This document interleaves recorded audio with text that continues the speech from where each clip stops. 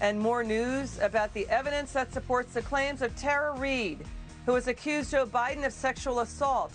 What Tara Reade is now demanding Joe Biden do, and if he doesn't do it, why critics warn it will undercut Biden's credibility. Thanks for joining us. I'm Elizabeth MacDonald. The Evening Edit starts right now.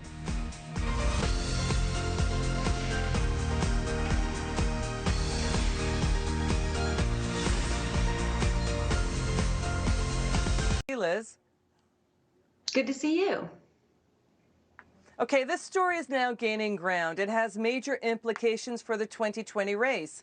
Growing evidence that supports the claims of Tara Reade, who accuses Joe Biden of sexual assault in the early 90s. Two women, a work colleague and a neighbor, now say Tara Reade did tell them about the sexual assault allegations by Joe Biden around the time that it happened. Tara Reade has also filed an incident report against Joe Biden with police in Washington, and a new clip shows Tara Reade's mother calling into the Larry King show in 1993 asking for advice on what to do about this at the time. Your reaction to all of this?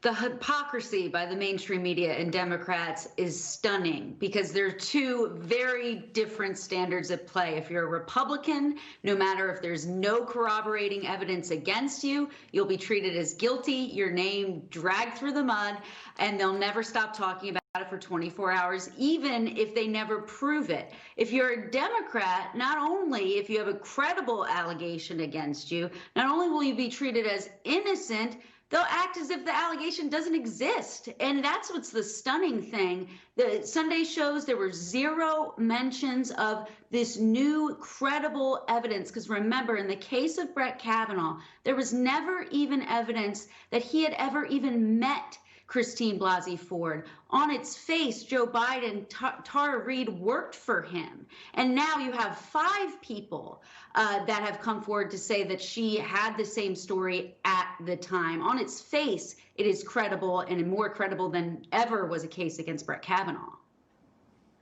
Yeah, before I get to the silence of the Democrats, Tara Reade, late this afternoon today, stay on the DNC story for just a second. Don't move the script because I got to get to this. Tara Reade, Liz, is now saying, I want the Biden library to release all of Biden's staff records when he was senator for 36 years.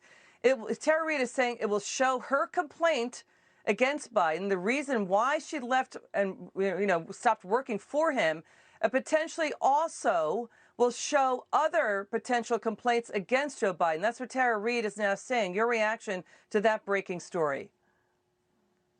Again, what is the standard? Applied to Republicans, you say, well, if you have nothing to hide, release the transcripts, have an FBI investigation. Let's investigate a house party when you don't even know the location or the year that it happened. And they did that. They investigated it. If it's a Democrat and there are records, why won't Joe Biden release them if he says his campaign, of course, he hasn't been asked by the mainstream media, if his campaign says this never happened?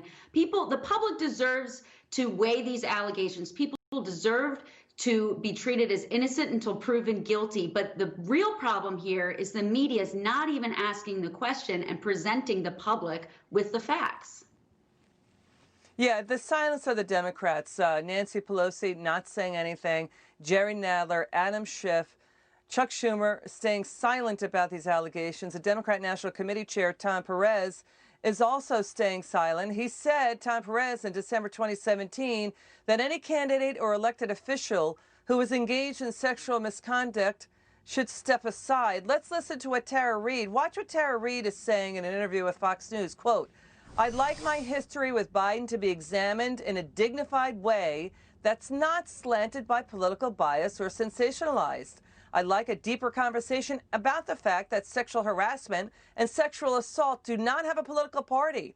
It's not about agenda. It's an equal opportunity offender. There are Democrat offenders as well as Republican offenders, and I'm sure independent and Green Party offenders as well. I've basically had no substantive support from women's groups that are considered liberal or Democratic.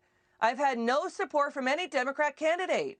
Although I've reached out and I've received either slanted reporting that ended up being talking points for Biden's campaign or silence from the mainstream media. So that's my contention, my concern. Your reaction? Well, maybe it's no coincidence that on the same day that all of this new corroborating evidence is coming out to support a woman's accusation against Joe Biden, he's on the phone and doing a live stream with Hillary Clinton, whose record is very clear on the subject of believing women and trying to sabotage their names, who've accused her husband.